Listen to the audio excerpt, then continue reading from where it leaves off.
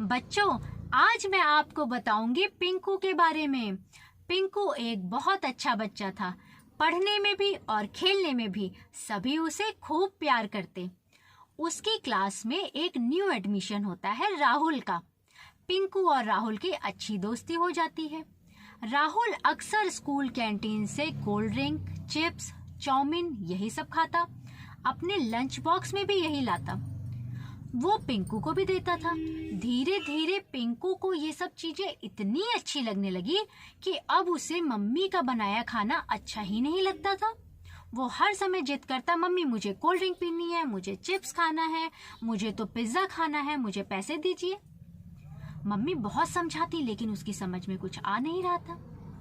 अच्छा, धीरे धीरे ये भी होने लगा, जब मम्मी खाना देती तो वो नजरें बचाकर क्या करता, वो खाना रोटी जो है वो कभी बेड के नीचे डाल देता, कभी सिंगारदान के अंदर डाल देता, कभी फूलदान में डाल देता, इस तरह छुपा देता था।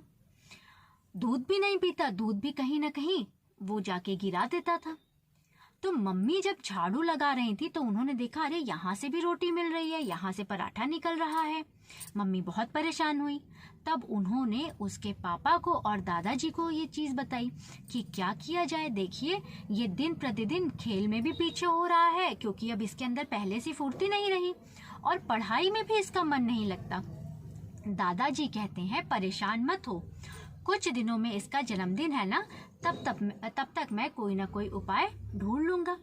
अब पिंकू का जन्मदिन आता है, धूमधाम से मनाया जाता है और दादाजी उसे एक पौधा गिफ्ट करते हैं जिसमें अलग अलग रंग के 2 फूल निकले थे। पिंकू देखता है, कहता है, दादाजी इस पौधे में 2 अलग अलग रंग के फूल। दादा कहते हैं, बेटा इसमें पानी डालोगे, इसकी देखभाल करोगे तो इसमें और रंग के फूल निकलेंगे, इसमें हर फूल अलग रंग का होगा। पिंकू बहुत खुश होता है, खुशी खुशी पौधा अपने कमरे में रख लेता है। अगले दिन सुबह मम्मी से कहता है, मम्मी इसमें पानी डाल दूं? मम्मी कहती, ना ना बेटा, पानी से अच्छा तो कोल्ड ड्रिंक है ना, इसे कोल्ड ड्रिंक पिलाओ। पिंकू भी जाता है, पौधे में कोल्ड ड्रिंक डाल देता है। जब वो स्कूल से आता है तो देखता है पौधा कुछ कुछ मुरझाया सा है। तो कहता है, मम्मी ये तो मुरझाया है, क्या करूं? तो मम्मी कहती है, चिप्स का चूरा बनाओ, पिज्जा छोटा छोटा तोड़ो, जाओ डाल दो, तो पौधा भी जब अच्छा खाना खाएगा तो खिल उठेगा।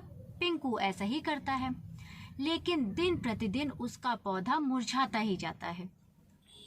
पिंकू बहुत चिंतित होता है। वो दादाजी के पास जाता है और दुखी स्वर में बोलता है, दादाजी मेरा पौधा जो है वो बीमार पड़ रहा है, मैं क्या करूं? दादा उसको समझाते हैं, बेटा पौधे का अपना खाना होता है, उसमें खाद डालनी पड़ती है, उसे पानी देना पड़ता है। जो तुम उसे खिला रहे हो ना, यही उसे नुकसान कर रहा है और ये जो तुम खाते हो ये चीजें तुम्हें भी अंदर अंदर कमजोर कर रही हैं। क्या अब तुम पहले की तरह तेज दौड़ पाते हो? पिंकू नहीं में सिर हिलाता है। दादाजी कहते हैं, क्या अब पढ़ाई में तुम्हारा पहले की तरह मन लगता है? पिंकू कहता है, नहीं दादाजी। तब वो उसे समझाते हैं कि हमारे शरीर को भी पौष्टिक भोजन चाहिए होता है। देखो, पहले तुम जब घर का बनाया खाना खाते थे तब तुम कितने तंदुरुस्त थे, अब धीरे धीरे तुम कमजोर हो रहे हो।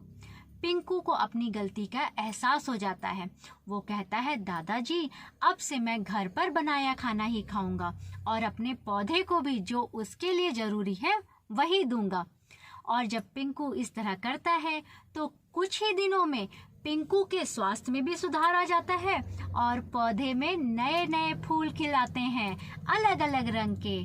तो बच्चों, आप बताइए कि आपको अपनी मम्मी का बनाया खाना पसंद है या फिर आप भी बाहर का खाना खाते हैं?